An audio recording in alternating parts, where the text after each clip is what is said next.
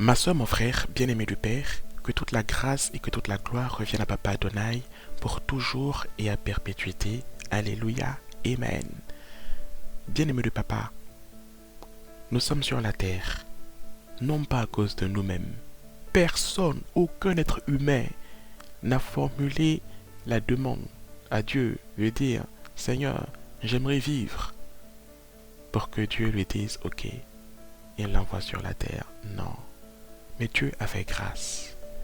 Il a donné au travers de son amour la vie, afin que toi et moi aujourd'hui, nous soyons vivants pour recevoir sa parole, pour manger ce pain de vie qu'il nous donne et pour marcher encore avec lui et aller toujours de l'avant pour la gloire de son très saint nom. Alors, celui qui t'aime plus que tes propres parents, celui qui a été le premier à t'aimer, afin même que tes parents ne se rencontrent et ne se connaissent, celui-là, c'est Dieu, Jéhovah, le seul et le vrai qui soit. Alors, quand il s'adresse à toi, comme à moi, nous nous humilions et nous l'écoutons. Nous faisons silence et nous prenons un peu de notre temps pour lui prêter toute notre attention. Et en ces instants, par son amour et par sa bonté, le Père, dans son amour immense, voit combien sont nombreux les femmes et les hommes qui, souvent fatigués, assis dans leur lit, assis dans leur voiture, assis sur leur motocyclette, ou le long des chemins, ou assis au bord de la route, se posent la question, se demandent, comment vaincre le péché? Comment vaincre le péché? Tel est le thème que notre Dieu nous donne en ces moments et en ces instants. Et nous allons donc ensemble, bien-aimés du Père, lire dans le livre de Matthieu au chapitre 22 et du verset 34 au verset 40. Matthieu chapitre 22, verset 34 à 40. Le Père te dit et le Père me dit aussi. Lisons ensemble ceci. Lisons, bien-aimés du Père. Les pharisiens ayant appris qu'il avait réduit au silence les Sadducéens, se rassemblèrent. Et l'un d'eux, docteur de la loi, lui fit cette question pour l'éprouver. Maître, quel est le plus grand commandement de la loi? Jésus lui répondit, tu aimeras le Seigneur ton Dieu de tout ton cœur, de toute ton âme et de toute ta pensée. C'est le premier et le plus grand commandement. Et voici le second, qui lui est semblable. Tu aimeras ton prochain comme toi-même. De ces deux commandements dépendent toute la loi et les prophètes. Alléluia. Je relis le verset 40. De ces deux commandements dépendent toute la loi et les prophètes. Ma soeur, mon frère, il est capital pour nous de comprendre les enseignements que Dieu nous donne, de les garder en nous et de nous appuyer sur elles pour avancer et pour davantage prospérer. Bien-aimé du Père, le Seigneur Jésus nous dit quelque chose de très important ici. Écoutons. Comment est-ce qu'il est possible d'aimer quelqu'un sans lui être fidèle? Mais le premier qui ne veut pas te voir pécher, c'est Dieu. Quand tu pêches, le cœur de qui est attristé? C'est le cœur de Dieu. Ce n'est pas seulement le cœur de tes amis, de ta famille, de tes parents qui t'ont mis au monde, de ta femme, de ton mari ou de tes enfants. Mais le premier qui voit ton péché, même dans les endroits les plus secrets, c'est Dieu. Et pourquoi est-il attristé? Parce qu'il t'aime et te veut du bien. Alléluia. Quel est ce Père Quelle est cette mère qui va voir son enfant faire des choses mauvaises et se réjouir? Quel est ce père ou cette mère qui va voir son enfant s'asseoir, prendre une seringue et puis s'injecter dans les veines des substances toxiques, de la drogue ou même de l'acide et ne pas voler au secours de son enfant? Ma soeur, mon frère, même dans la nature, dans la forêt, les singes et les animaux prennent soin de leurs enfants. Les animaux, quand ils voient leur progéniture, les gnous qui sont dans la savane, quand leurs petits sont attaqués par les lions, certains gnous font volte-face pour affronter les lions et préfèrent périr pour que leurs enfants, leur progéniture soient sauvés. Bien-aimé du Père, à combien plus forte raison, Dieu, le Créateur des cieux et de la terre, qui t'aime, oh regarde, oh combien est grand et profond, insondable, oh combien est insondable son amour pour toi. Tu n'es pas une pauvre petite créature abandonnée et balayée par le vent, non. Tu es l'enfant, tu es la créature d'un grand Dieu, le seul et le vrai qui soit. Sois-en convaincu et ne l'oublie jamais. Alléluia, Amen. Bien-aimé de papa, tu ne peux pas dire que tu aimes quelqu'un sans respecter la personne et marcher selon les préceptes et les règles préétablies par cette personne. Mon frère, tu ne peux pas me dire que tu aimes ta femme, que tu la respectes, alors que tu sors dehors pour aller forniquer avec d'autres femmes. Tu ne peux pas dire, madame, que tu aimes ton monsieur, ton époux, alors que à chaque fois qu'il a le dos tourné, tu vas le diffamer sur toute la terre. Non. Quand tu aimes ta femme, même si d'autres femmes dehors veulent te séduire, tu résisteras à la séduction et à la tentation parce que tu aimes et tu respectes celle avec qui tu as fondé un foyer. Parce que tu ne veux pas l'attrister. Parce que tu sais que vous fonctionnez sur les règles de la fidélité et que la fidélité est un précepte qui lui est très cher. Mon ami, tu ne peux pas dire que tu m'apprécies comme étant ton ami en retour si tu m'abandonnes dans les situations compliquées. Si quand j'ai besoin de toi, tu me dis débrouille-toi. Tu ne peux pas dire que nous sommes amis si tu trahis cette amitié à chaque occasion, à chaque opportunité, non pas une fois, non pas 7 fois, mais 1000 fois fois 1000. Alléluia, je te pardonnerai toujours par la grâce du Père. Mais quand tu aimes quelqu'un, tu ne transgresses pas ce lien qui vous unit.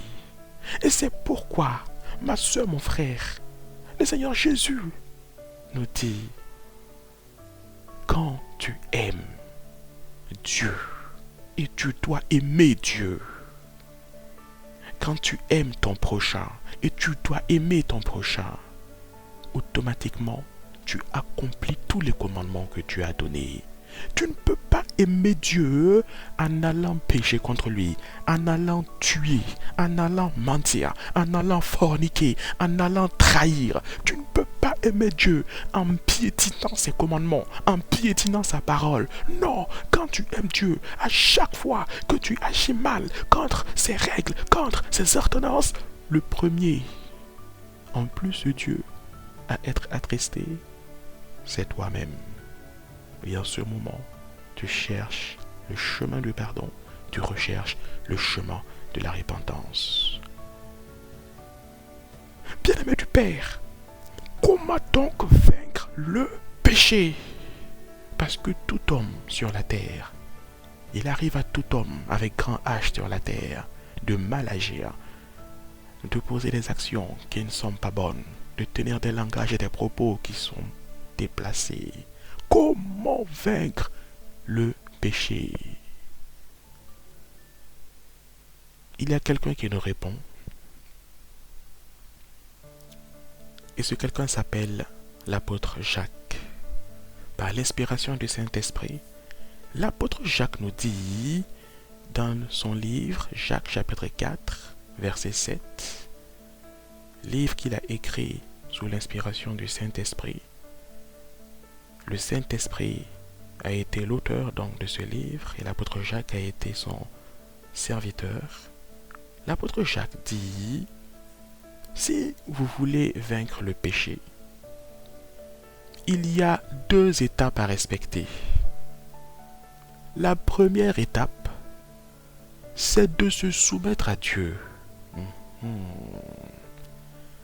Ma soeur, mon frère, quand tu vas devant monsieur le maire pour signer le mariage avec un homme, ton mari, ou avec une femme, monsieur avec son épouse, donc, il y a des règles auxquelles vous vous soumettez dès ce jour-là et pour le reste de votre vie. Le serviteur de Dieu nous dit, soumettez-vous à Dieu. Étape numéro 1. Alléluia. Deuxième étape, résister au diable.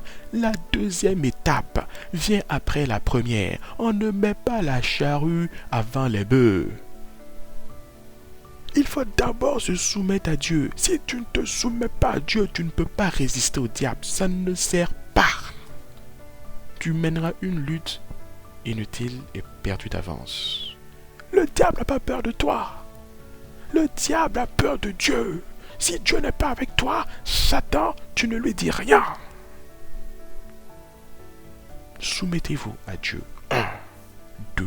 Résistez au diable. Parce que la puissance de Dieu en toi fait fuir le diable. La puissance de Dieu en toi te donne de résister au diable.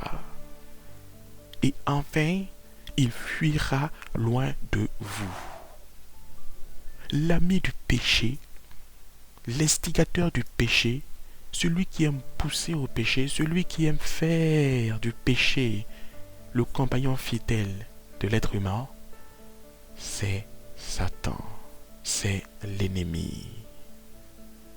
Même les enfants de Dieu souvent fautent, mais ils veillent sur leur conduite. Ils résistent au plus haut niveau, selon la grâce que Dieu leur donne de résister au péché, à la séduction, à la tentation. Et quand bien même ils tombent, ils recherchent rapidement la repentance auprès de Dieu. Et Dieu est le juge suprême. Il connaît tous les cœurs. Tes parents ne connaissent pas ton cœur. L'homme de Dieu qui est à tes côtés ne connaît pas ton cœur.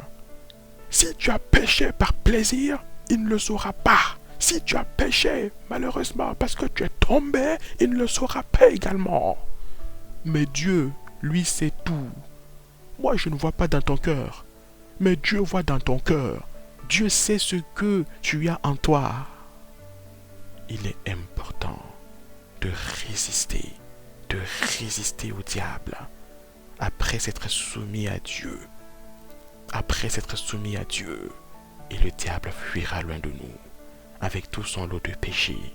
Et quand dans la résistance, il pourrait arriver qu'on glisse, il pourrait arriver qu'on perde l'équilibre, sachant que Dieu voit au plus profond de nos cœurs.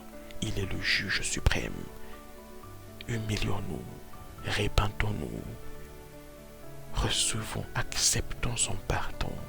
Il est important d'accepter le pardon de Dieu. Ne laissons pas la culpabilité qui vient du diable nous noyer dans le chagrin. Acceptons le pardon de Dieu. Relevons-nous avec la grâce de Dieu. Séchons nos larmes et allons de nouveau de l'avant. Alléluia. Ma soeur, mon frère, voyons le cas rapidement par la grâce du Saint-Esprit de quelques personnes qui ont suivi ce précepte que Jacques, l'apôtre Jacques a donné ici. Des personnes même qui ont vécu avant Jacques, mais comme le Saint-Esprit a toujours été dans le passé jusqu'à l'éternité, il le sera. Ces personnes, bien avant Jacques, ont reçu cette révélation et ont fonctionné selon ce que Jacques nous annonce ici. Un homme qui s'appelait David, qui a marché sur la terre des siècles avant l'apôtre Jacques, a appliqué ce précepte-là et ça fonctionnait à 100%. Dieu avait dit à David, tu seras roi d'Israël, tu seras roi de cette nation. Mais au moment où Dieu parlait à David, il y avait déjà un roi qui était assis sur le trône. Et ce roi-là, c'était Saül. Quand Saül a appris ça, Saül a dit, hein, toi, David, roi, pas question. Saül a cherché par tous les moyens, comme certains informaticiens disent, à supprimer le programme du système. Saül a tenté par tous les moyens de mettre un terme à la vie de David, à le supprimer de la terre. Mais à plusieurs occasions, bien-aimé du Père, à plusieurs occasions, tu vas trouver cela assez étrange pour les hommes, assez étrange pour l'humanité, peut-être. À plusieurs occasions, David a eu l'occasion de mettre à mort Saül.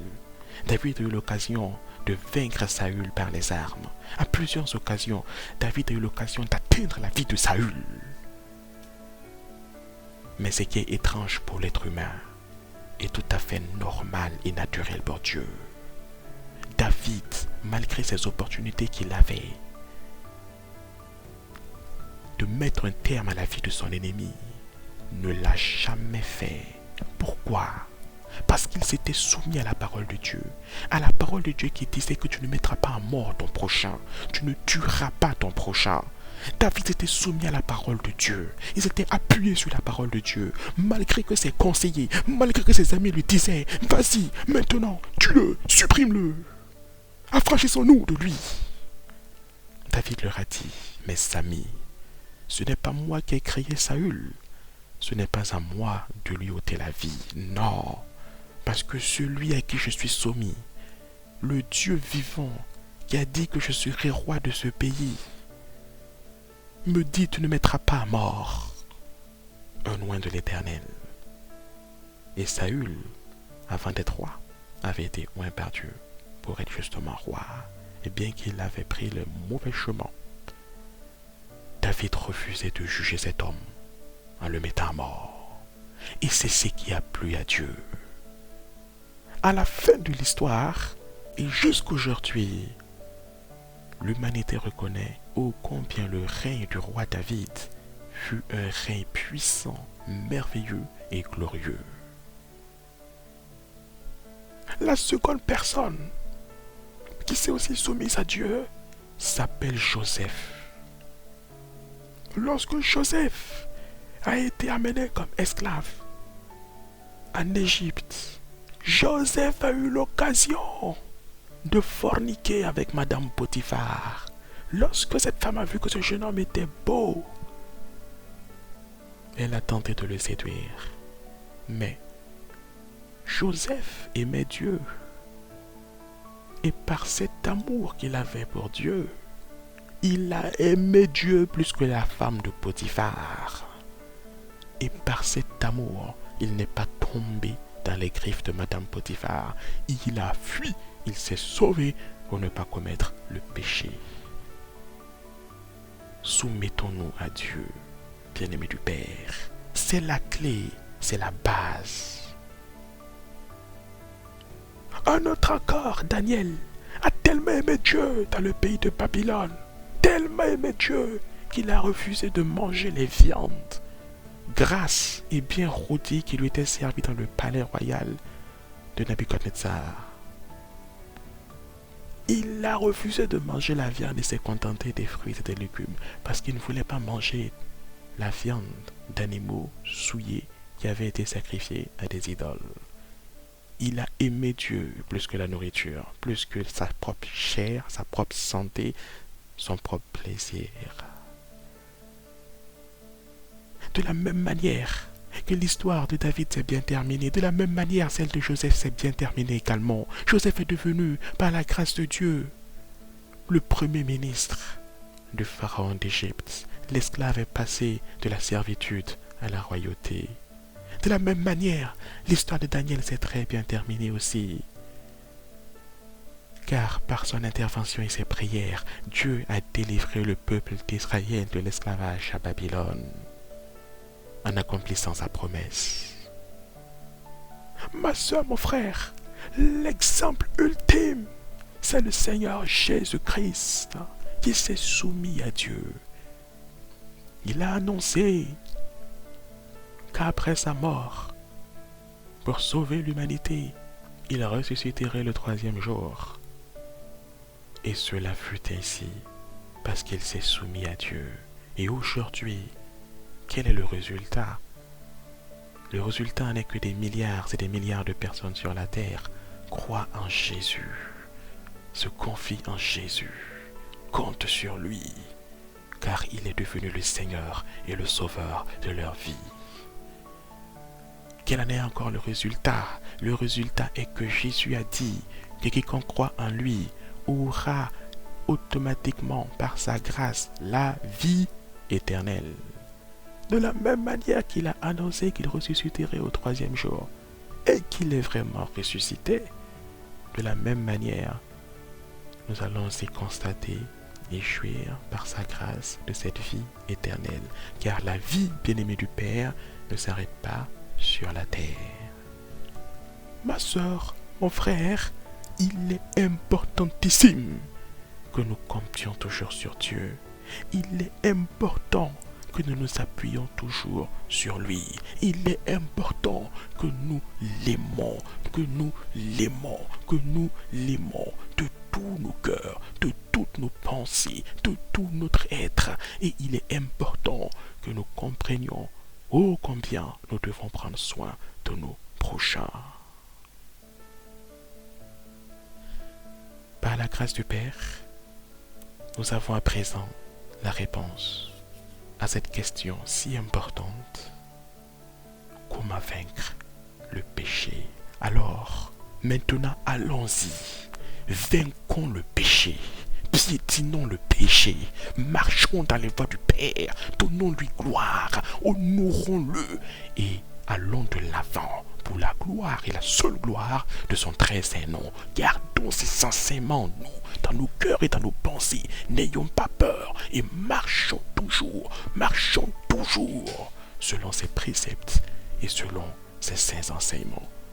Que le Père soit ses demeures pour toujours béni, que le Père soit ses demeures pour toujours magnifié, acclamé, adoré et exalté, et que le Père te bénisse, ma soeur, mon frère.